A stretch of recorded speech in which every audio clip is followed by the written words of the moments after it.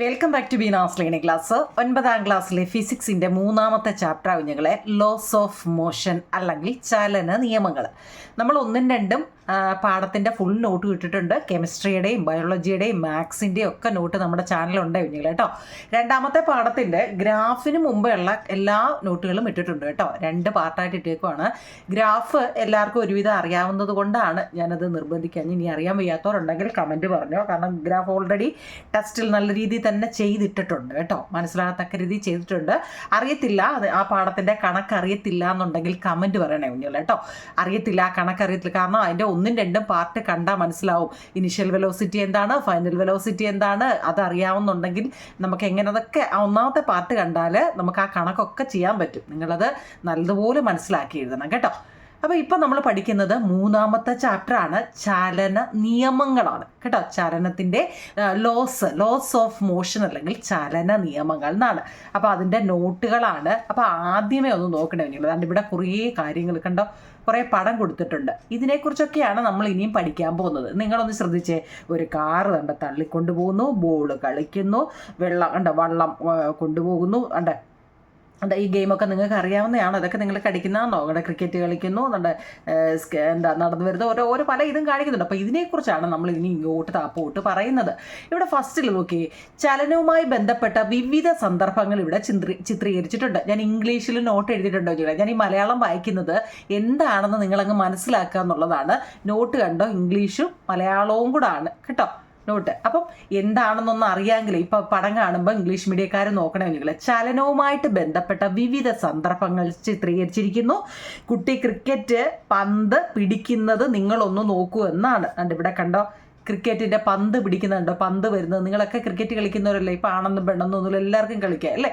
അപ്പം നോക്കിക്കേ, പന്ത് പിടിച്ചപ്പോൾ 1ാമത്തെ ചോദ്യം നോക്കി നിങ്ങൾ. ഈ പന്ത് പിടിച്ചപ്പോൾ കുട്ടി പന്തിനൊപ്പം കൈകൂടി പുറകോട്ട് ചലിപ്പിക്കുന്നത് എന്തിനായിരിക്കും എന്നൊരു ചോദ്യം ഫസ്റ്റ് ചോദിച്ചിട്ടുണ്ട്. എന്നിട്ട് ആ കുട്ടി പന്ത് കളിക്കുകയാണ്. ഈ പന്ത് കളിച്ചപ്പോൾ ഈ പന്ത് നമ്മളല്ലേ പന്ത് കളിക്കുമ്പം നമ്മൾ ഈ പന്ത് വരുന്നതിനനുസരിച്ച് നമ്മൾ കൈ പുറകോട്ടാക്കുന്നത് അല്ലേ. എന്തിനാണ് അങ്ങനെ ആക്കുന്നതെന്നൊരു ചോദ്യമുണ്ട്. അപ്പം ഞാനത് എഴുതിയിട്ടിട്ടുണ്ട്. നോക്കി, while catching the ball why did the child move his hand backward along with the ball. പന്ത് പിടിച്ചപ്പോൾ കുട്ടി പന്തിനൊപ്പം കൈകൂടി പുറകോട്ട് ചലിപ്പിക്കുന്നത് എന്തിനായിരുന്നു എന്നാണ് ചോദ്യം. കണ്ടോ, അത് ചുരുക്കി എഴുതിയേക്കാണ്. A cricketer move his hand backward during catch so as to take a longer time to stop the ball. These reduce the change of injury. എന്ന് വെച്ചാൽ നമ്മുടെ പന്തിനെ, നമ്മുടെ പന്ത് ഇങ്ങനെ പറന്ന് വരികയല്ലേ, പറന്ന് നമ്മുടെ കയ്യിലോട്ട് വരികയാണ് അല്ലെ. നമ്മൾ പിടിക്കാൻ നിൽക്കുമ്പം അതിനെ നമ്മൾ പിടിക്കണ്ടേ, റെസ്റ്റ് ചെയ്യണ്ടേ. പന്തിനെ നിശ്ചലമാക്കാൻ കൂടുതൽ സമയം എടുക്കാനും, എന്ന് വെച്ചാൽ ഇച്ചിരൂടെ കൈ പുറകോട്ടാകുമ്പോൾ അതിൻ്റെ ആ ഫോഴ്സ് കുറഞ്ഞ് നമ്മുടെ കയ്യെ വന്ന് അടിക്കുമ്പോൾ വേദന കുറയും. നിങ്ങൾ ശ്രദ്ധിച്ചിട്ടുണ്ടോ കളിക്കുന്നവർക്ക് ഇല്ലയോ? അടുത്ത് നിൽക്കുമ്പോഴല്ലേ അത്രയും ഫോഴ്സിൽ വന്ന് കയ്യിലോട്ട് അടിക്കുന്നത് അല്ലേ. ഇച്ചിരൂടെ ദൂരോട്ട് നിന്ന് കൈ നമ്മൾ നിൽക്കുന്നിടത്ത് നിന്നും കൈ പുറകോട്ട് കുറച്ചുകൂടെ മാറ്റുമ്പോൾ ആ ഫോഴ്സ് കുറച്ചുകൂടെ കുറയുമല്ലേ അല്ലേ. കയ്യിലോട്ട് അടിക്കുമ്പോഴത്തെ ആ ഫോഴ്സ് കുറയുമല്ലേ. അത് തന്നെ പന്തിനെ നിശ്ചലമാക്കാൻ അല്ലെ നിർത്താൻ വേണ്ടി നമ്മൾ കൂടുതൽ സമയം, അപ്പോൾ കുറച്ചുകൂടെ സമയം എടുക്കുന്നുണ്ട്. കൈ പുറകോട്ട് പോകുന്നതിനനുസരിച്ച് ഇച്ചിരൂടെ സമയം കിട്ടും അല്ലേ. അതുവഴി കൈക്ക് അനുഭവപ്പെടുന്ന വേദന കുറയും. അതല്ലേ നിങ്ങൾ അതിൻ്റെ സത്യം. ഇത് നിങ്ങൾക്ക് അറിയാവുന്ന രീതിയിൽ അങ്ങ് എഴുതിയാൽ മതി കേട്ടോ. ഇത് റഫായിട്ടൊരു ചോദ്യമാണ്. അപ്പോൾ അതാ അടുത്ത രണ്ട് ടീമുകൾ ഇവിടെ വടംവലിക്കുന്നുണ്ട്. 2ാമത്തെ ചോദ്യമാണ്, ടെസ്റ്റിലെ കാര്യമാണ് നമ്മൾ പറയുന്നത്. നോക്കിയേ, 2 ടീമുകൾ ഇവിടെ എന്ത് ചെയ്യുന്നു, വടം വലിക്കുന്നുണ്ട്. 2 ടീമുകളിലും ബലം പ്രയോഗിച്ചുകൊണ്ടിരിക്കുന്നുവെങ്കിലും വടം ഒരു ദിശയിൽ മാത്രം ചലിക്കുന്നു. എന്താണ് അതിന് കാരണം? ഇവിടെ ബോയും ഗേളും 2ആയിട്ട് അല്ലെ, ഗേൾസും ബോയ്സും 2ആയിട്ട് തിരിച്ചിരിക്കുക. ഇതിനൊരു പേര് കൊടുത്തിട്ടുണ്ട്. F1 എന്നോ F2 എന്നോ അവർ പേര് കൊടുത്തിട്ടുണ്ട് അല്ലേ. എന്ന് വെച്ചാൽ ഇത് ഏത് വേണമെങ്കിലും ഇനി ഇത് F1 F2 ഏത് വേണമെങ്കിലും ആവാം. അതായത് 2 ടീം ഉണ്ടെന്ന് പറയാനാണ്. മനസ്സിലാക്കി തന്നെ പോണേ കുഞ്ഞുങ്ങളെ. വടംവലിയാണ് അല്ലേ. ഇനിയിപ്പോൾ ഓണം വരുന്നുണ്ട്. വടംവലിയൊക്കെ എല്ലാ ജംഗ്ഷനുകളിലും കാണും അല്ലേ. അപ്പം നമ്മളൊക്കെ അതിനകത്ത് പങ്കെടുക്കുന്നുണ്ടോ? നിങ്ങളൊക്കെ പോകുന്നുണ്ടോ? നിങ്ങളുടെയൊക്കെ ആ സ്ഥലപ്പേരൊക്കെ ഒന്ന് പറയണേ കുഞ്ഞുങ്ങളെ. ഓണമല്ലേ, നിങ്ങളൊക്കെ ഏത് ജില്ലക്കാരാണെന്നൊന്ന് കമൻറ്റ് പറയണേ കേട്ടോ. എനിക്ക് കുറേ മലപ്പുറത്തും ഒക്കെ ഞാൻ കാണുന്നുണ്ട് കേട്ടോ. മലപ്പുറംകാരും പാലക്കാട്ടും ഒക്കെ ഒത്തിരി സ്ഥലപ്പേര്, തിരുവനന്തപുരം ഒക്കെ ഉണ്ട്. അപ്പം വേറെ ആരെങ്കിലും ഒക്കെ ഉണ്ടോ കേട്ടോ, ഒന്ന് കമൻറ്റ് പറയണേ. ഇപ്പം നമ്മൾ വടംവലിയാണ്, ഓണം വരുന്നു, വടംവലി മത്സരത്തിന് ഏതൊക്കെ ആൾക്കാരുണ്ടെന്ന് അറിയാൻ വേണ്ടി പറഞ്ഞതാണ്. ഗേൾസും ബോയ്സും 2 ടീമാണ്. അപ്പം നമ്മൾ എന്ത് ചെയ്യണം, ഈ വടംവലിയുടെ നടുക്കൊരു റിബൺ കെട്ടുന്നുണ്ട്. കണ്ടോ ഈ റിബൺ കണ്ടോ ഇവിടെ? ഈ റിബണിൻ്റെ എവിടെയായിരിക്കും ഈ റിബൺ വെക്കുന്നത്? ഇതിൻ്റെ നടുക്ക് അതിൻ്റെ ഈ ഒരു അല്ലേ സെൻറ്ററിൽ കൂടി ഈ വരയിലായിരിക്കും റിബൺ വെക്കുന്നത് ഇല്ലേ? അതിന് സംശയമില്ലല്ലോ ഇല്ലേ? എപ്പോഴും നടുക്കാണ് റിബൺ വെക്കുന്നത്. അപ്പോൾ ഇവിടെ നോക്കിക്കേ, ഇവർ അങ്ങോട്ടും ഇങ്ങോട്ടും വലിക്കുമ്പോൾ ഈ റിബൺ എങ്ങോട്ടാണ് നീങ്ങിയേക്കുന്നത് നോക്കിയേ. എങ്ങോട്ടാണ്? ഗേൾസിൻ്റെ അടുത്തോട്ടല്ലേ നീങ്ങിയിരിക്കുന്നത് ഇല്ലയോ? അപ്പം നോക്കിയേ, ഗേൾസിൻ്റെ അടുത്ത് ഇങ്ങോട്ട് നീങ്ങിയിട്ടുണ്ട്. അതായത് F1 ടീമുകാരാണ് ഇവിടെ ജയിച്ചത് അല്ലേ? മറ്റവർ തോറ്റില്ലേ ഇല്ലയോ? അപ്പം 2 ടീമുകളിലും ബലം പ്രയോഗിച്ചുകൊണ്ടിരുന്നെങ്കിലും വടം ഒരു ദിശയിൽ മാത്രം ചലിക്കുന്നു. എന്താണ് അതിന് കാരണം? ഇവിടെ എന്താ, ഇരു ടീമുകളും പ്രയോഗിച്ച ബലം തുല്യമാണോ എന്ന് ചോദിച്ചിട്ടുണ്ട്. ഇവർ രണ്ടും ഒരുപോലെയാണോ പിടിച്ചത്? ആണോ? അല്ല. ഇവർ കൂടുതൽ ബലം പിടിച്ചത് കൊണ്ടല്ലേ വടം ഇങ്ങോട്ട് കുറച്ചുകൂടെ നീങ്ങിയത് അല്ലേ? അല്ലയോ നിങ്ങളെ? ഗേൾസ് നല്ല രീതിയിൽ ശക്തമായിട്ട് ഇങ്ങോട്ട് വലിച്ചത് കൊണ്ടാണ് വടം അവരുടെ അടുത്ത്, വടംവലി കണ്ടിട്ടില്ലേ ഇല്ലയോ, വലിച്ചത്. അപ്പോൾ അതായത് ചോദ്യം ഞാൻ ഈ ക്വസ്റ്റ്യൻ ആൻസറിൻ്റെ എല്ലാം ഇംഗ്ലീഷ് എഴുതി വെച്ചിട്ടുണ്ട് കേട്ടോ. അതായത് is the force applied by both team the same? ഇവിടെ 2 ടീമുകളും പ്രയോഗിച്ച ബലം ഒരുപോലെ ആയിരുന്നോ? അല്ല. ആയിരുന്നോ? നോ, അല്ല. പിന്നെയോ ഏത് ടീമാണ് ഇവിടെ കൂടുതൽ ബലം പ്രയോഗിച്ചത്? ഇതിലെ കൊച്ചു പിള്ളേരടുത്ത് ചോദിക്കുന്നല്ലോ അല്ലേ? ഏത് ടീമാണ് ഇവിടെ കൂടുതൽ ബലം പ്രയോഗിച്ചത്? F1 ടീമാണ് അല്ലേ? Which team applied more force? കൂടുതൽ ഫോഴ്സ് അല്ലെങ്കിൽ കൂടുതൽ ബലം പ്രയോഗിച്ചത് ആരാണ്? F1 ആണ് അല്ലേ? പിന്നെ കൂടുതലായിട്ട് അനുഭവപ്പെട്ട ബലമല്ലേ അവിടെ ചലനമുണ്ടാക്കിയത്? കൂടുതലായി അനുഭവപ്പെട്ട ബലമല്ലേ അവിടെ ചലനം ഉണ്ടാക്കിയത് അല്ലേ? ഇവരും 2 പേരും ചലിക്കാതിരുന്നെങ്കിൽ അത് അവിടെ തന്നെ ഇങ്ങോട്ടും ബലം പിടിച്ചു അല്ലേ? അപ്പോൾ അവർ കൂടുതലായിട്ട് അനുഭവപ്പെടുന്ന ചലനം is the excess force that caused the motion അല്ലേ? അതുകൊണ്ടല്ലേ അത് വടം അങ്ങോട്ടും ഇങ്ങോട്ടും മൂവ് ആയത്? യെസ്, അതെ കേട്ടോ. അങ്ങനെയൊക്കെയുള്ള ചോദ്യമുണ്ട്, മനസ്സിലാക്കി പോകാൻ വേണ്ടിയാണ് അവർ ആദ്യമേ അങ്ങനെ കൊടുത്തത്. അതുപോലെ തന്നെ ഈ പുഷും പുള്ളും ഒന്ന് അറിയണേ നിങ്ങളെ. പുഷ് എന്ന് വെച്ചാൽ എന്താ? തള്ളുക എന്നാണ് കേട്ടോ. മിക്കവാറും ഉള്ളവർക്കെല്ലാം അതൊരു ഡൗട്ടുണ്ട്. നമ്മൾ ഈ ചില ഗ്ലാസ്സിലൊക്കെ പുഷ് പുള്ള് എഴുതി വെച്ചിട്ടുണ്ട്. പുഷ് എന്ന് വെച്ച് കഴിഞ്ഞാൽ അങ്ങോട്ട് തള്ളി കയറുക എന്നുള്ളതാണ്, തള്ളുക. എന്നാൽ പുള്ളെന്ന് വെച്ച് കഴിഞ്ഞാൽ എന്താ? വലിക്കുക എന്നാണ്. അതൊന്ന് ഓർത്തോണേ. രണ്ടാമത് പറഞ്ഞത് നമുക്ക് അറിയത്തുള്ളായിരിക്കും ഇല്ലയോ? വലിക്കുക അല്ലേ? പുള്ളെന്ന് വെച്ചാൽ വലിക്കുക, പുഷ് എന്ന് വെച്ചാൽ തള്ളുകയാണ് കേട്ടോ. ഒന്ന് മനസ്സിലാക്കി വെച്ചേക്കണേ. അപ്പം അത്രയും സംശയമില്ലല്ലോ. ഫസ്റ്റ് പേജ് അതിനകത്തിലെ ചോദ്യമൊക്കെ നമ്മൾ അതിൽ തന്നെ എഴുതിയതുകൊണ്ട് ഞാനത് ക്വസ്റ്റ്യൻ ആൻസർ കാരണം എല്ലാം അതിനകത്ത് തന്നെ എഴുതേണ്ടതായതുകൊണ്ടാണ്. ഇവിടെ പ്രയോഗിക്കപ്പെട്ട ബലങ്ങൾ F1 വിജയിച്ച ടീമിൻ്റെ വശത്തേക്ക്, F1 എന്ന് വെച്ചാൽ ഗേൾസ് ആയിരുന്നു, F2 എന്ന് വെച്ചാൽ ബോയ്സ് ആയിരുന്നു. എതിർ ദിശയിലേക്കും അങ്ങോട്ടും ഇങ്ങോട്ടും അല്ലേ അവർ വലിച്ചത്. അപ്പോൾ പരിണത ബലം, നമ്മൾ ഇനി പഠിക്കാൻ പോകുന്ന ഒരു ബലത്തിൻ്റെ പേരാണ് പരിണിത ബലം അല്ലെങ്കിൽ റിസൾട്ടൻ്റ് ഫോഴ്സ്. എന്നാൽ എന്താണെന്ന്? പരിണിത ബലം വിജയിച്ച ടീമിൻ്റെ വശത്തോട്ടായിരിക്കുമല്ലോ ഇല്ലയോ? ആരാണോ ഏറ്റവും കൂടുതൽ ബലം പ്രയോഗിച്ചത് ആവശ്യമല്ലേ ജയിക്കുന്നത്? ഇവിടെ ആരായിരുന്നു? F1 ആണ്. ബലം സദിശമായതിനാൽ നിശ്ചിത ദിശയിലുള്ള ബലം പോസിറ്റീവ് എന്ന് പരിഗണിച്ചാൽ വിപരീത ദിശയിലുള്ള ബലം എന്തായിരിക്കും? നമ്മൾ ഇപ്പം ഇടത്തോട്ട് വലിച്ചതും അല്ലേ? ഇവിടെ നിങ്ങളൊന്ന് നോക്കണേ നിങ്ങൾ തന്നെ. ഇങ്ങോട്ടും അങ്ങോട്ടും അല്ലേ ഇവിടെ 2 എണ്ണം വലിച്ചത്? ഇതിൻ്റെ കാര്യമാണ് പറയുന്നത്. ഇത് ഞാനിവിടെ വരച്ച് നിങ്ങളെ കാണിക്കാം, അപ്പോൾ നിങ്ങൾക്ക് കുറച്ചുകൂടെ മനസ്സിലാവും. അപ്പോൾ ഇവിടെ ഇത് ഓർത്ത് വെച്ചേക്കണം. ഈ ബലം സദിശമായതിനാൽ നിശ്ചിത ദിശയിലുള്ള ബലം പോസിറ്റീവ് എന്ന് പരിഗണിച്ചാൽ വിപരീത ദിശയിലുള്ള ബലം നെഗറ്റീവ് ആയിരിക്കും. ഞാനിപ്പോൾ വരച്ച് കാണിക്കാം. അപ്പോൾ നമ്മളോട് ഇത് ഈ ക്രിക്കറ്റിൻ്റെ ടെസ്റ്റിലെ ചോദ്യമാണ് കേട്ടോ. അതുകൊണ്ട് ഞാനൊന്ന് എഴുതിയെടുത്തതാണ്. കാണാൻ പറ്റുന്നല്ലോ ക്രിക്കറ്റ് കേട്ടോ. ബാക്കിയുള്ള എല്ലാം അതിനകത്തിലാണോ അല്ലയോ എങ്ങനെയാ എന്ന് ചോദിച്ചതാണ് നമ്മൾ ടെസ്റ്റിൽ എഴുതിയത്. അപ്പോൾ നമ്മുടെ അല്ലാതെ ക്വസ്റ്റ്യൻ നോക്കിക്കേ. എന്താണ് റിസൾട്ടൻ്റ് ഫോഴ്സ്? അല്ലെങ്കിൽ 2 റിസൾട്ടൻ്റ് എഴുതിയല്ലേ? അല്ലെങ്കിൽ എഫക്റ്റീവ് ഫോഴ്സ് ഞാൻ 2 ഒരുപോലെ എഴുതി വെച്ചല്ലേ? അപ്പം റിസൾട്ടൻ്റ് ഫോഴ്സ് അല്ലെങ്കിൽ ഇവിടെ കൊടുത്തിട്ടുണ്ടോ നിങ്ങൾ? എഫക്റ്റീവ് ഫോഴ്സ് എന്നാൽ എന്താണ്? കാണാൻ പറ്റുന്നുണ്ടല്ലോ. റിസൾട്ടൻ്റ് ഫോഴ്സ് അല്ലെങ്കിൽ എഫക്റ്റീവ് ഫോഴ്സ് എന്നാൽ എന്താണ്? അതായത് പരിണിത ബലം അല്ലെ സഫല ബലം എന്നാൽ എന്താണ്? കണ്ടോ? മലയാളം ഇംഗ്ലീഷും കൊണ്ട് എഴുതിയെടുക്കണേ. When more than 1 force is applied on an object at the same time the sum of the force acting on the object will be the effective force or resultant force. ഒരു വസ്തുവിൽ ഒന്നിലധികം ബലങ്ങൾ ഒരേ സമയത്ത് പ്രയോഗിക്കുമ്പോൾ ഈ ബലങ്ങൾ വസ്തുവിൽ ഉളവാക്കുന്ന ആകെ ബലമാണ് സഫല ബലം. വല്ലോ മനസ്സിലായോ? ഞാൻ പറയാം. ഇതൊരു സ്കെയിലാവും നിങ്ങളെ. ഇതൊരു സ്കെയിലാണല്ലോ. നമുക്ക് ആ ഡൗട്ട് ഇപ്പം ഈ സ്കെയിൽ ഞാൻ ഇവിടെ വെച്ചിരിക്കുക. അപ്പം ഞാൻ ഇവിടെ നിന്ന് നോക്കിക്കേ. ഈ സ്കെയിലിനെ ഞാൻ ഇങ്ങനെ തള്ളുക. കണ്ടല്ലോ?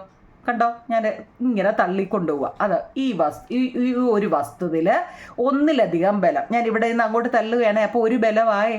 ഓക്കെ, ഞാനിനി ഇവിടെ നിന്ന് എന്ത് ചെയ്യുക, അതായത് ഇവിടെ നിന്ന് ഞാൻ ഇങ്ങോട്ടും തള്ളുക. മനസ്സിലായോ? അപ്പം ഞാൻ ഏതിനാണോ കൂടുതൽ ബലം കൊടുക്കുന്നതെന്ന് വെച്ചാൽ അത് അങ്ങോട്ടല്ലേ പോകുന്നത്. അത് അങ്ങോട്ടല്ലേ പോകും. ഞാൻ ഇവിടെ വലത്ത് വശത്ത് തന്നെ ഇങ്ങനെ തള്ളുന്നു, ഇവിടെ നിന്ന് ഇങ്ങോട്ട് തള്ളുന്നു. എവിടാണോ കൂടുതൽ ബലം ഞാൻ കൊടുക്കുന്നത് അങ്ങോട്ടല്ലേ അത് മൂവ് ചെയ്യുന്നത്.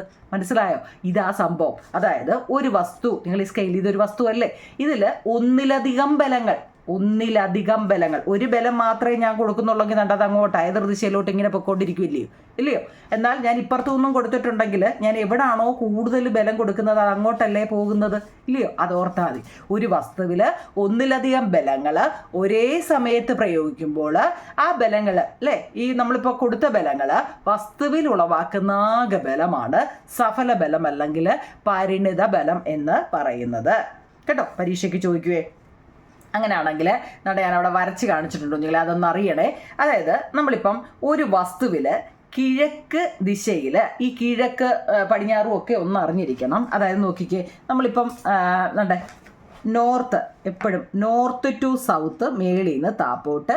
കേട്ടോ, നോക്കിയേ, വെസ്റ്റ് ടു ഈസ്റ്റ്. ഇത് കണ്ടോ, അതായത് നമ്മൾ പണ്ട് ന്യൂസ് ഒന്ന് പഠിക്കണ്ട, ന്യൂസ് ഒന്ന് ഓർത്ത, ഇസഡ് അടിക്കത്തില്ലേ നമ്മൾ, ന്യൂസ്. കേട്ടോ, ന്യൂസ് അറിയാമോ, NEWS ന്യൂസ്. അപ്പോൾ അത് അതായത് അതിങ്ങനെ ഇതിപ്പോൾ നിങ്ങൾ ഇവിടെ ആയിക്കഴിഞ്ഞാൽ ഇങ്ങനെ ആകത്തില്ലയോ എന്ന് കേട്ടോ, അതൊക്കെ ഓരോ ക്ലൂ വെച്ച് പഠിക്കുന്നതാണ്. ഓക്കെ, അപ്പോൾ ഒരു വസ്തുവിൽ കിഴക്ക് ഏതാവും, നിങ്ങൾ ഇതല്ലേ ഈസ്റ്റ് എന്ന് വെച്ചാലല്ലേ കിഴക്ക്, അതൊക്കെ അറിയാവേ. ഈസ്റ്റ് കിഴക്ക്, വെസ്റ്റ് പടിഞ്ഞാറ്, നോർത്ത് വടക്ക്, സൗത്ത് തെക്ക് അല്ലേ? ഓക്കെ ആണോ? ഈസ്റ്റ് എന്ന് വെച്ചാൽ എന്താണ്? കിഴക്ക്, സൂര്യൻ ഉദിക്കുന്ന കിഴക്കല്ലേ, ഇല്ലേ? അപ്പോൾ അതിൻ്റെ ഓപ്പോസിറ്റ് വെസ്റ്റ്. നോർത്ത് എന്ന് വെച്ചാൽ എന്താ? നോർത്ത് വടക്ക്. കേട്ടോ, അപ്പോൾ അതിൻ്റെ ഓപ്പോസിറ്റ് തെക്ക്. കേട്ടോ, അപ്പോൾ ഒരു വസ്തുവിൽ കിഴക്ക് ദിശയിൽ 100 ന്യൂട്ടണും, കിഴക്കെന്ന് വെച്ചാൽ ഇതാണ്, ഇതിനകത്തിലൊരു 100 ന്യൂട്ടൺ ബലമായതുകൊണ്ട് ന്യൂട്ടൺ കേട്ടോ, ഫോഴ്സ്. കേട്ടോ, അപ്പം ഒരു വസ്തുവിൽ കിഴക്ക് ദിശയിൽ 100 ന്യൂട്ടൺ ബലവും പടിഞ്ഞാറ് ദിശ, പടിഞ്ഞാറ് ഇതല്ലേ, ഈ പടിഞ്ഞാറ് ദിശയിൽ 150 ന്യൂട്ടണും, 2 എന്ന കേട്ടോ, 2 എന്ന, ഇത് 100 ന്യൂട്ടൺ, ഇത് 150 ന്യൂട്ടൺ. ഈ ബലം പ്രയോഗിച്ചാൽ ഇതിൻ്റെ പരിണിത ഫലം എന്തായിരിക്കും എന്നൊരു ചോദ്യമുണ്ട്. കാണാൻ പറ്റുന്നുണ്ടോ?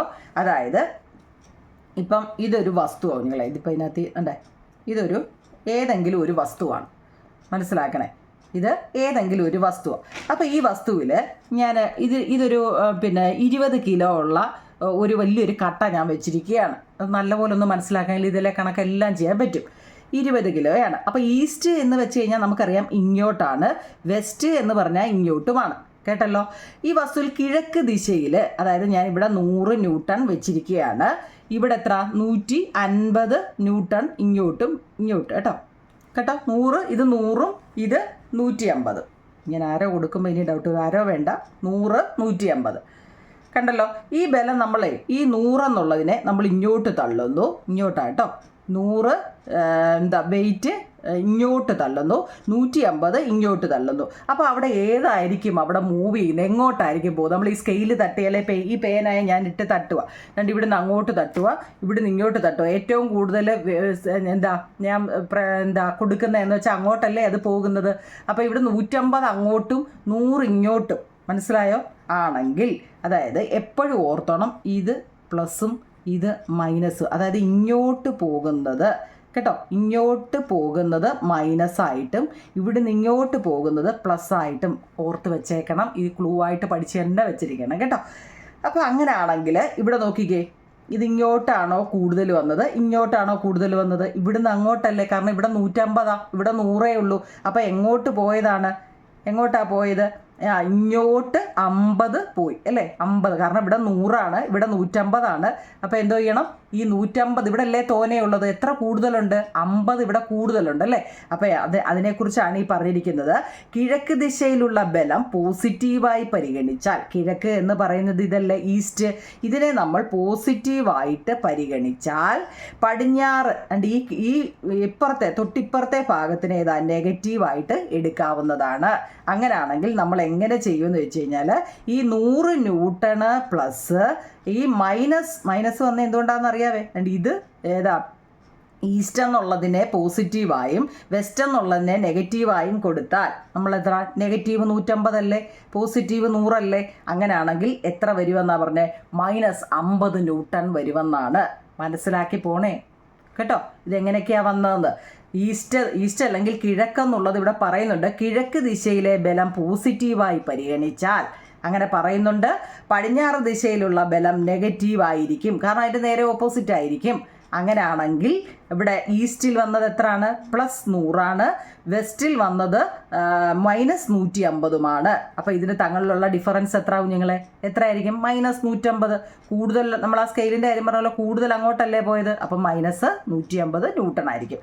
ഇതൊക്കെ ഒന്ന് പഠിച്ച് വെച്ചേക്കണം. അതിൻ്റെ തൊട്ട് താഴെ നല്ല ചിത്രം കൊടുത്തിട്ടുണ്ട്.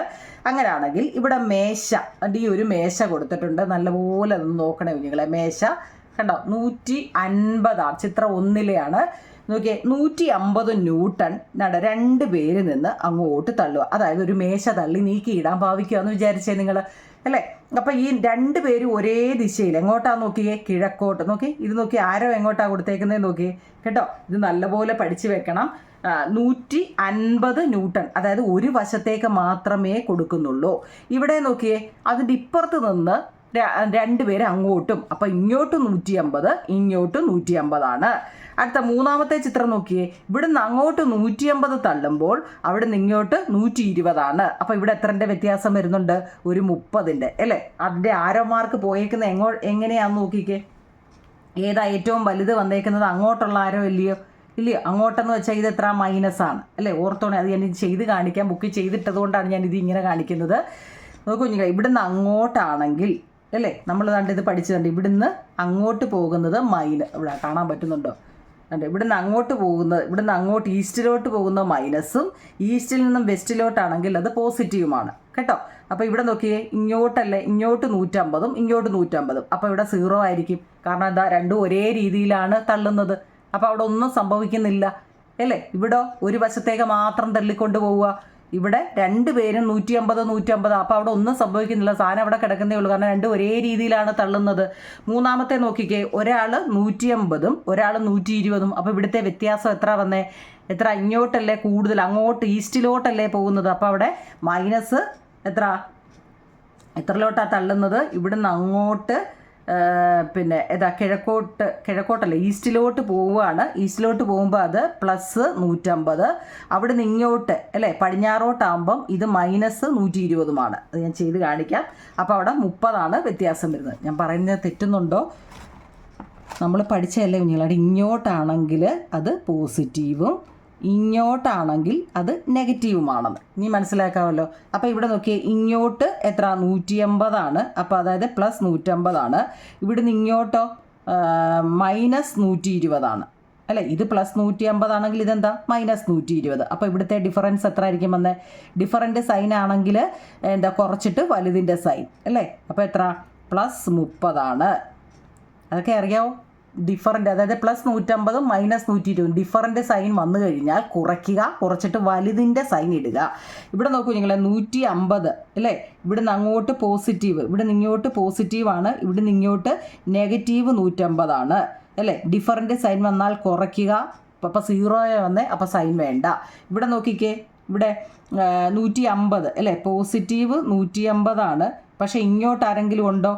ഇങ്ങോട്ടില്ല. അപ്പോൾ 0 അല്ലേ. അപ്പോൾ അവിടെ ഒന്നുമില്ല അല്ലയോ. അവിടെ 150 തന്നെയാണ് ആൻസർ വരുന്നത്. കാരണം എന്താ? 0 ഇവിടെ. ഇങ്ങോട്ട് തള്ളാൻ ആരും ഇല്ലാത്തതുകൊണ്ട് കേട്ടോ.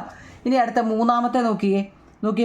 പുഷാണോ പുള്ളാണോ? ഇവിടെ അയാൾ വലിച്ചുകൊണ്ട് പോകില്ലേ, വലിക്കുക അല്ലേ. എന്താ? വലിച്ചുകൊണ്ട് പോവുക. അപ്പോൾ എങ്ങോട്ടാണ്ട് അത് ആരോ കൊടുത്തിട്ടുണ്ട്. ഇങ്ങോട്ടാണെങ്കിൽ ഈ ആരോ അറിയാവുന്നവർക്ക് എളുപ്പമാണ്. എന്താ? നെഗറ്റീവാണ് അല്ലേ. മനസ്സിലാക്കണേ. ഇങ്ങോട്ട് -300 കേട്ടോ. -300 ഇടത്തോട്ടാണ്. ഇത് നോക്കിയേ, ഈ ആരോ മാർക്ക് ഇടത്തോട്ടല്ലേ. ഇടത്തോട്ടാണെങ്കിൽ അതെന്താ? അതും -200. ഇത് നോക്കിയേ, ഇങ്ങോട്ടും 200, അങ്ങോട്ടും 200. രണ്ടും ഒരേ രീതി 200 എന്ന് പറഞ്ഞാൽ അങ്ങോട്ടും ഇങ്ങോട്ടും വലിക്കുന്നുണ്ട്. അപ്പോൾ അവിടെ എന്തായിരിക്കും? 0 ആയിരിക്കും കേട്ടോ. അതിൻ്റെ ഇവിടെ നിങ്ങളുടെ ടെസ്റ്റിൻ്റെ വലത്തുവശത്ത് ഇതുപോലെ തന്നിട്ടുണ്ട്, കാണാൻ പറ്റുന്നുണ്ടല്ലോ കണ്ടോ. ഇതുപോലെ തന്നിട്ടുണ്ട്, ഞാനത് എഴുതി വെച്ചിട്ടുണ്ട്. അപ്പോൾ നിങ്ങൾക്ക് കുറച്ചുകൂടെ മനസ്സിലാവും. നോക്കിക്കേ, ഒന്നാമത്തതിൽ 150 അവിടെ F2, അതായത് തിരിച്ച് ഇങ്ങോട്ട് 0, അപ്പം 150 വലത്തോട്ടാണ്.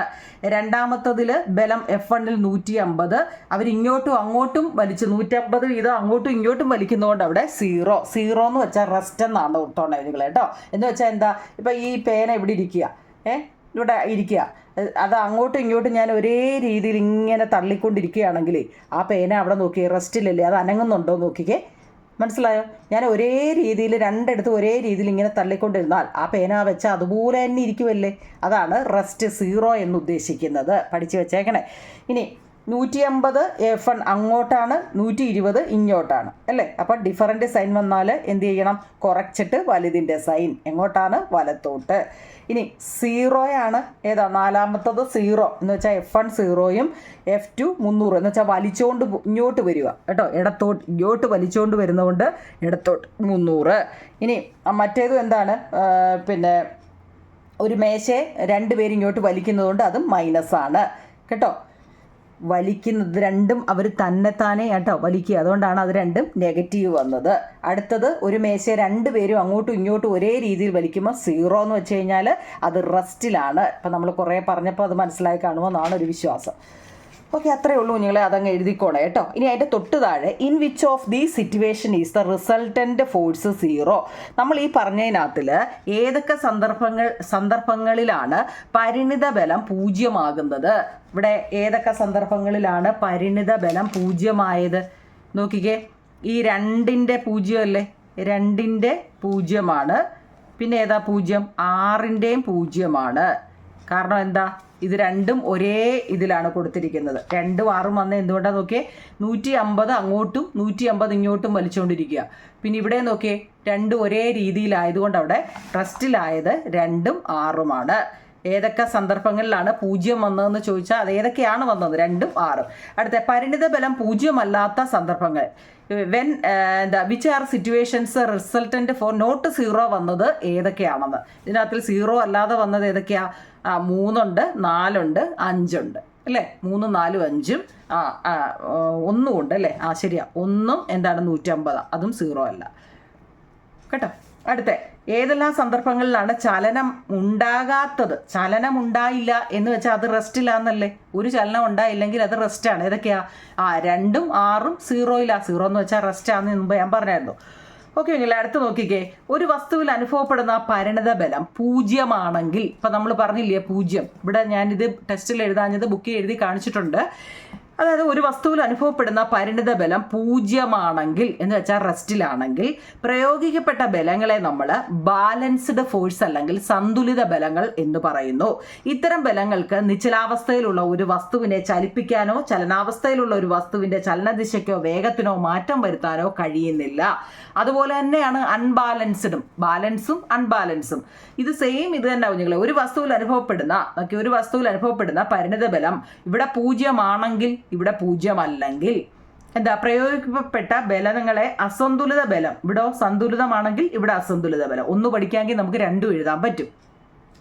ഇത്തരം ബലങ്ങൾക്ക് നിശ്ചലാവസ്ഥയിലുള്ള ഒരു വസ്തുവിനെ ചലിപ്പിക്കാനും ചലനാവസ്ഥയിലുള്ള ഒരു വസ്തുവിൻ്റെ ചലനദിശയ്ക്കോ വേഗത്തിനോ മാറ്റം വരുത്താനും കഴിയും എന്നാണ് പറഞ്ഞിരിക്കുന്നത്. അപ്പം ഞാൻ അതാണ് അടുത്ത് എഴുതിയിരിക്കുന്നത്, balanced force. The force acting on a body are said to be balanced force if the resultant force is 0. Such force can neither move an object. The force acting on a body are said to be balanced force if the resultant force is 0. Such a force can neither move an object at rest nor change the directions or speed of an object in motion. സന്തുലിത ബലം അല്ലെങ്കിൽ balanced force എന്നാൽ എന്താണ്? ഒരു വസ്തുവിൽ അനുഭവപ്പെടുന്ന പരിണിത ബലം 0 ആണെങ്കിൽ പ്രയോഗിക്കപ്പെട്ട ബലങ്ങളെ സന്തുലിത ബലങ്ങൾ എന്ന് പറയുന്നു. ഇത്തരം ബലങ്ങൾക്ക് ഒരു വസ്തുവിനെ ചലിപ്പിക്കാനോ ചലനാവസ്ഥയിലുള്ള ഒരു വസ്തുവിൻ്റെ ചലനദിശയ്ക്കോ വേഗത്തിനോ മാറ്റം വരുത്താനോ കഴിയില്ല എന്നാണ് പറയുന്നത്. അങ്ങനെയാണെങ്കിൽ അൺബാലൻസ്ഡ് എന്തായിരിക്കും? The force acting on a body are set to be unbalanced. Force മുമ്പത്തെ നേരെ തിരിച്ച് എന്താ 0 ആണെങ്കിൽ എന്നുള്ളത് മറ്റേതും, ഇത് 0 അല്ലെങ്കിൽ എന്നുള്ള ഒറ്റ ഇത് മതി കേട്ടോ. Resultant force is not 0. ഇവിടെ നോട്ട് 0, മറ്റേത് 0. ആ ഒരെണ്ണം പഠിക്കാമെങ്കിൽ രണ്ടും എഴുതാൻ പറ്റും കേട്ടോ. Such A force can either move an object at rest nor change the directions or speed of an object in motion കേട്ടോ. എൻ്റെ മലയാളം: ഒരു വസ്തുവിൽ അനുഭവപ്പെടുന്ന പരിണിത ബലം 0 അല്ലെങ്കിൽ പ്രയോഗിക്കപ്പെട്ട ബലങ്ങളെ അസന്തുലിത ബലങ്ങൾ എന്ന് പറയുന്നു. ഇത്തരം ബലങ്ങൾക്ക് നിശ്ചലാവസ്ഥയിലുള്ള ഒരു വസ്തുവിനെ ചലിപ്പിക്കാനും ചലനാവസ്ഥയിലുള്ള ഒരു വസ്തുവിന്റെ ചലനദിശയ്ക്കോ വേഗത്തിനോ മാറ്റം വരുത്താനും കഴിയും എന്നാണ് പറയുന്നത് കേട്ടോ. മറ്റേതിന്റെ നേരെ ഒന്ന് ഓപ്പോസിറ്റ് ആവും നിങ്ങൾ കേട്ടോ. അടുത്ത നോക്കിക്കേ, ഇവിടെ നോക്കിക്കേ, ഒരു മേശപ്പുറത്ത് ഒരു ടോയ് കാർ വെച്ചിട്ടുണ്ട്, കാണാൻ പറ്റുന്നുണ്ടോ? ഏകദേശം 1.2 മീറ്റർ നീളം. മീറ്ററാണ് കുഞ്ഞുങ്ങളെ, അതായത് 1 മീറ്റർ എന്ന് വെച്ചാൽ 100 സെൻറ്റിമീറ്റർ ആണ്. നമ്മുടെ സ്കെയിൽ എടുത്തു കഴിഞ്ഞാലൊക്കെ നമുക്ക് മനസ്സിലാണ്ട് ഈ സ്കെയിലില്ലേ കേട്ടോ, അതൊക്കെ ഒന്ന് ഓർത്ത് വെച്ചേക്കണേ. ഏകദേശം 1.2 മീറ്റർ നീളവും 10 സെൻറ്റിമീറ്റർ വീതിയുമുള്ള ഒരു പലകയുടെ 2 അഗ്രങ്ങളിലും ഓരോ കപ്പി ഇതില്ല എന്ന് വെച്ചാൽ കറങ്ങാൻ വേണ്ടിയാട്ടോ, കറങ്ങാൻ ഈ വണ്ടി മൂവ് ചെയ്യുന്നതിനനുസരിച്ച് ഈ കപ്പി കറങ്ങണം കേട്ടോ. കറങ്ങാൻ ഓരോ കപ്പി ഉറപ്പിക്കുക. ഈ പലക മേശപ്പുറത്ത് വെക്കുക. പലകയുടെ മധ്യഭാഗത്തായിട്ട് ഒരു ടോയ് കാർ വെക്കുക. അതിൻ്റെ 2 അഗ്രങ്ങളിലായിട്ട് ബന്ധിപ്പിച്ച ചരടുകളിൽ ഒരേ മാസുള്ള പാനുകൾ എന്ന് വെച്ചാൽ ഈ തൂക്കുകട്ട ഉണ്ടല്ലോ, തൂക്കുന്ന കടകളിൽ അതാ കേട്ടോ. പാനെന്ന് വെച്ച് കഴിഞ്ഞാൽ ഓർത്തോണ്ടേ കേട്ടോ, അതാ വെച്ചിരിക്കും. തൂക്കിയിടുക. 2 പാനുകളിലും 200 ഗ്രാം തൂക്കുകട്ട വീതം വെക്കുക. ഓരോന്നിലും എത്ര? ഇതിനകത്തിലും ഒരു തൂക്കുകട്ട വെക്കണം. ഇതിനകത്തിലും 200 ഗ്രാം ആണ്. 200 ഗ്രാമിൻ്റെ തൂക്കുകട്ട വെക്കുക. ചോദ്യം മനസ്സിലായില്ല, ഞാൻ അപ്പുറത്തെ പേജ് എടുക്കാൻ പോവാം, മനസ്സിലാക്കണേ. നോക്കിക്കേ, ഈ ഏകദേശം 1.2 മീറ്റർ നീളവും 10 സെൻറ്റിമീറ്റർ വീതിയുമുള്ള ഒരു പലകയാണ്. ഇതിൻ്റെ 2 അഗ്രങ്ങളിലും ഓരോ കപ്പി എന്ന് വെച്ചാൽ ഒന്ന് കറങ്ങാൻ വേണ്ടിയാവും ഞങ്ങളെ. അതിനൊരു കുപ്പി വെച്ചാലും മതി. നമ്മൾ കപ്പി എന്ന് വെച്ചാൽ ഉരുളണം, ഈ കയർ ഉരുളാൻ വേണ്ടിയാണ്. ഈ പലക മേശപ്പുറത്ത് വെക്കുക. പലകയുടെ മധ്യഭാഗത്തായിട്ട് ഒരു ടോയ് കാറാണിത് കേട്ടോ, ഒരു കളിപ്പാട്ടത്തിൻ്റെ ഒരു കാർ എടുത്ത് വെക്കുക. എന്നിട്ട് 2 അഗ്രങ്ങളിലായിട്ട് എന്ത് ചെയ്യുക? ചരടുകളിൽ 2 നമ്മൾ ഈ ത്രാസ് വെക്കുമല്ലോ, അതുപോലെ 2 ത്രാസുകൾ തൂക്കിയിടുക. 2 പാനുകൾ, ഈ 2 ത്രാസിലും 200ൻ്റെ ഓരോ ത്രാസ് കട്ട എടുത്ത് വെക്കുക എന്നുള്ളതാണ്. ഇനി നമ്മളോട് ചോദിക്കുന്ന ചോദ്യങ്ങൾക്ക് ഉത്തരം എഴുതുക. ഇവിടെ നോക്കിയേ, ടോയ് കാർ ഇവിടെ ചലിക്കുന്നുണ്ടോ? ഉണ്ടോ? കാരണം എന്താണെന്നറിയാം, 2 വശത്തും 200 ഗ്രാമിൻ്റെ 2 എണ്ണവും വെച്ചിട്ടുണ്ടെങ്കിൽ ആ ടോയ് കാർ നമുക്കൊന്ന് ചിന്തിക്കാവുന്ന കാര്യമുള്ളൂ. ഇനി ഞാൻ എപ്പോഴും പേപ്പർ തിരിച്ചും മറിച്ചും കാണിക്കേണ്ട. ഇത് 200 ഗ്രാമും 200 ഗ്രാമും ആണെങ്കിൽ എന്തോ ചലിക്കാനോ അത് അവിടെ തന്നെ നിൽക്കും. എന്നാൽ ഇതിലോ അല്പം കൂടുകയോ കുറയുകയോ ചെയ്യുമ്പം ഈ ടോയ് കാലിന് മൂവ് വരും അല്ലേ. എന്ന് വെച്ചാൽ കുറയുമ്പം ഇത് പുറകോട്ട് വരും, കൂടുമ്പോഴും കുറയുമ്പോഴും ഉണ്ടാകുന്ന വ്യത്യാസം ഇത് കാണുമ്പോൾ തന്നെ നമുക്ക് മനസ്സിലാക്കാം ഇല്ലേ. കാരണം ഇപ്പം ഇതിനകത്തിലൊരു 50 കൂട്ടുകയാണെങ്കിൽ എന്ത് ചെയ്യും? ഇവിടെ അല്ലേ കൂടുതൽ വന്നത്, ഇവിടെ കുറവാണ്. മനസ്സിലാക്കണമെങ്കിൽ അങ്ങനെയാണെങ്കിൽ ഈ ചോദ്യത്തിൻ്റെ ഒക്കെ ഉത്തരം ഞാൻ ഇവിടെ കൊടുത്തിട്ടുണ്ട്. ടോയ് കാർ ചലിക്കുന്നുണ്ടോ? ഇവിടെ ഇല്ല. ഇപ്പോൾ ബലങ്ങൾ അവിടെ സന്തുലിതമാണോ അതോ അസന്തുലിതമാണോ? അപ്പം ചലിക്കുന്നില്ല എന്നുണ്ടെങ്കിൽ അത് ബാലൻസ്ഡ് ഫോഴ്സാ, അത് സന്തുലിത ബലമാണ്. കാരണം 2 ഒരേപോലെയാണ്. ഇനി ഈ പാനെന്ന് വെച്ചാൽ ആ ത്രാസിൽ നമ്മൾ ഏതെങ്കിലും ഒരെണ്ണത്തിൽ ഒരു 50 ഗ്രാം കൂടി കൂടുതൽ വെച്ചാലോ? കൂടുതൽ വെച്ചാൽ അവിടെ ആ കാർ അനങ്ങത്തില്ലേ കുഞ്ഞുങ്ങളെ? അല്ലേ, നമുക്കൊന്ന് ചിന്തിച്ചുകൂടായോ? അവിടെ ഒരു വശത്ത് കൂടുമ്പോൾ അതിന് മാറ്റം വരും. ഈ അവസരത്തിൽ ബലങ്ങൾ അങ്ങനെ അനങ്ങുകയാണെങ്കിൽ ഒരു വശം കൂടുമ്പോൾ അതെന്തായാലും അനങ്ങും. അങ്ങനെയാണെങ്കിൽ അത് സന്തുലിതമാണോ? അല്ല. അതെന്താണ്? അൺബാലൻസ്ഡ് ആണ്, അസന്തുലിതമാണ്. കാർ ചലിച്ചുകൊണ്ടിരുന്ന അവസരത്തിൽ കാർ ഓടുന്ന ദിശയിലുള്ള പാലിൽ അല്ലെങ്കിൽ ആ ത്രാസിൽ 50 ഗ്രാം കൂടി ഇട്ടാലോ? വീണ്ടും 50 ഗ്രാം കൂടി ഇട്ടാലോ? അവിടെ വീണ്ടും കൂടുകയല്ലേ. അപ്പോഴും മാറ്റം അസന്തുലിതമായിട്ടിരിക്കുക അല്ലേ. കാർ ചലിച്ചുകൊണ്ടിരിക്കുന്ന അവസരത്തിൽ കാർ ഓടുന്നതിൻ്റെ വിപരീത ദിശയിലുള്ള പാലിൽ എന്നാൽ അതിൻ്റെ അപ്പുറത്തെ ദിശയിൽ വീണ്ടും 200 ഗ്രാം കൂടി ഇട്ടാലോ?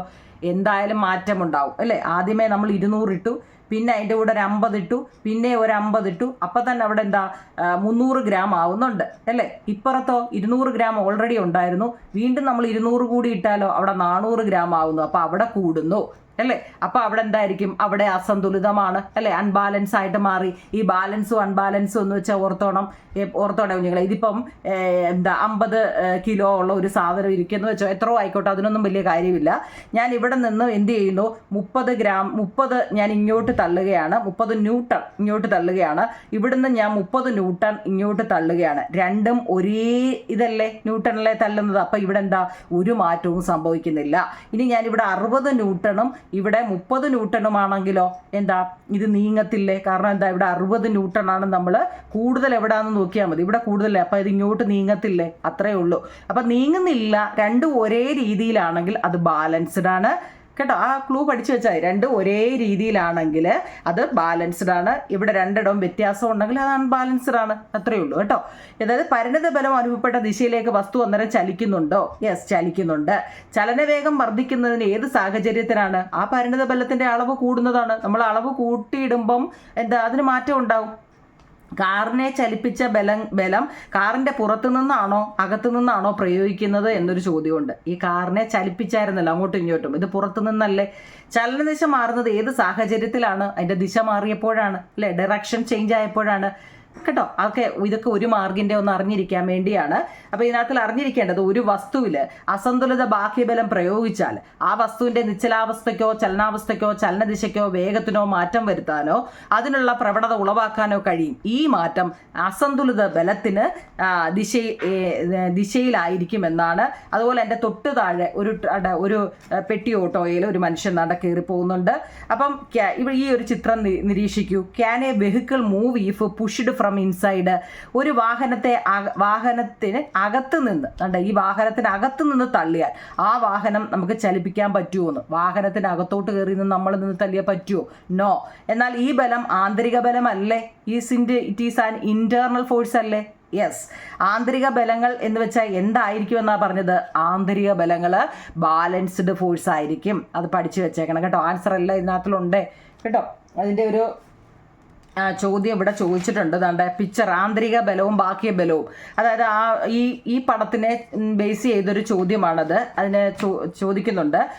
ഒരു വസ്തുവിൽ അസന്തുലിത ബാഹ്യബലം പ്രയോഗിച്ചാൽ ആ വസ്തുവിന്റെ നിശ്ചലാവസ്ഥയ്ക്കോ ചലനാവസ്ഥയ്ക്കോ ചലനദിശയ്ക്കോ വേഗത്തിനോ മാറ്റം വരുത്താതെ അതിനുള്ള പ്രവണത ഉളവാക്കാനോ കഴിയും. ഈ മാറ്റം അസന്തുലിത ബാഹ്യബലത്തിന്റെ ദിശയിലായിരിക്കും. ഒരു വസ്തുവിന്റെ ചലനാവസ്ഥയ്ക്കോ നിശ്ചലാവസ്ഥയ്ക്കോ മാറ്റം വരുത്തുന്നതിന് ഒരു അസന്തുലിത ബാഹ്യബലം ആവശ്യമാണ് എന്നാണ് ഇത് പരീക്ഷയ്ക്ക് ചോദിക്കുന്നതാണ് കേട്ടോ. അതായത് unbalanced external force acting on an object either changes or tend to change its state of rest, state of motion, direction or speed of motions. These change will be in the directions of the unbalanced force. An unbalanced external force is essential to change the state of rest or uniform motion of a body. കേട്ടോ. ഇതൊന്നും നല്ലപോലെ ഇദ്ദേഹത്തിൻ്റെ ഈ ചോദ്യം ഉണ്ടല്ലോ, ഈ ചിത്രം നിരീക്ഷിച്ച് എഴുതാനാണ്. അതുകൊണ്ട് ഇവിടെ ഒരു ചോദ്യമുണ്ട് കേട്ടോ. എല്ലാ ആന്തരിക ബലവും സന്തുലിത ബലമാണ്. അതിനാലാണ് ആന്തരിക ബലം പ്രയോഗിച്ച വസ്തുവിന്റെ നിശ്ചലാവസ്ഥയ്ക്കോ ചലനാവസ്ഥയ്ക്കോ മാറ്റം ഉണ്ടാകുന്നു എന്നുള്ളത് കേട്ടോ. അതുപോലെ തന്നെ ബലത്തിനെ നോക്കി ഇവിടെ ബാഹ്യബലം, ഈ ബാഹ്യബലവും ആന്തരിക ബലവും എന്ന് നമ്മൾ രണ്ടായിട്ട് തിരിച്ചായിരുന്നു അല്ലേ? എന്താ ബാലൻസ്ഡ് ഫോഴ്സും അൺബാലൻസ്ഡ് ഫോഴ്സും അല്ലേ? അല്ല, ഫോഴ്സിനെ നമ്മൾ ഇവിടെ ബാഹ്യബലം, അതായത് എക്സ്റ്റേണൽ ഫോഴ്സ് എന്നും ഇന്റേണൽ ഫോഴ്സ് എന്നും, ആന്തരിക ബലമെന്നും ബാഹ്യബലമെന്നും രണ്ടായിട്ട് ഫോഴ്സിനെ തിരിച്ചു. എക്സ്റ്റേണൽ ഫോഴ്സ് എന്നും ഇന്റേണൽ ഫോഴ്സ് എന്നും രണ്ടായിട്ട് തിരിച്ചിട്ടുണ്ട്. പിന്നെ ബാഹ്യബലത്തിനെ വീണ്ടും സന്തുലിത ബാഹ്യബലമെന്നും, അതായത് ബാലൻസ്ഡ് എക്സ്റ്റേണൽ ഫോഴ്സ് എന്നും അൺബാലൻസ്ഡ് ആണ് കേട്ടോ. ബാലൻസ്ഡ് ആണെങ്കിൽ ഇതെന്താ? അൺബാലൻസ്ഡ് കേട്ടോ. ഈ എക്സ്റ്റേണൽ ഫോഴ്സ് കേട്ടോ, ഓർത്ത് വെച്ചേക്കണേ. അതായത് സന്തുലിത ബലമാണെങ്കിൽ ഇതെന്താ? അസന്തുലിത ബാഹ്യബലം എന്ന് രണ്ടായിട്ട് കേട്ടോ. സന്തുലിത ബാഹ്യബലത്തിൽ the body does not move. സന്തുലിതമാവുകയാണെങ്കിൽ അവിടെ മൂവ് ചെയ്യുന്നില്ല. കാരണം മുമ്പ് നമ്മൾ പറഞ്ഞായിരുന്നല്ലോ, ഇങ്ങോട്ട് ഒരു 40 ആണെങ്കിൽ ഇവിടെ നിന്ന് ഇങ്ങോട്ട് 40, രണ്ടും ഒരേ രീതിയായിരിക്കും. അപ്പോൾ അത് അനങ്ങുന്നില്ല, റെസ്റ്റിലായിരിക്കും എന്ന്. എന്നാൽ അൺബാലൻസിലാണെങ്കിലോ വസ്തുവിൻ്റെ ചലനാവസ്ഥയ്ക്കോ നിശ്ചലാവസ്ഥയ്ക്കോ മാറ്റം ഉണ്ടാകും. അത് പഠിച്ചു വെച്ചേക്കണം, അത് പരീക്ഷയ്ക്ക് ചോദിക്കുന്നതാണ്. അതുപോലെ തന്നെ ഇവിടെ ആന്തരിക ബലം, അതിനെ നമ്മളെന്താ ഇന്റേണൽ ഫോഴ്സിനെ ബാലൻസ്ഡ് ഫോഴ്സ് സന്തുലിത ബലമെന്നും, ഇവിടെ എന്താണ് സന്തുലിത ബലത്തിൽ നമ്മൾ പറഞ്ഞു the body does not move എന്ന് അല്ലേ? എന്താണ് അവിടെ ബോഡി അവിടെ ഒന്നും ചലിക്കുന്നില്ല എന്നുള്ളത് കേട്ടോ. അത് ഒന്ന് ഫില്ല് ചെയ്ത് വെച്ചേക്കണം. എന്തെങ്കിലും സംശയം ഉണ്ടെങ്കിൽ നിങ്ങൾ കമൻറ്റ് ബോക്സിൽ പറയേണ്ട കുഞ്ഞുങ്ങളെ നമുക്ക് ബാക്കി പാർട്ട് 2 കേട്ടോ. Okay, thank you.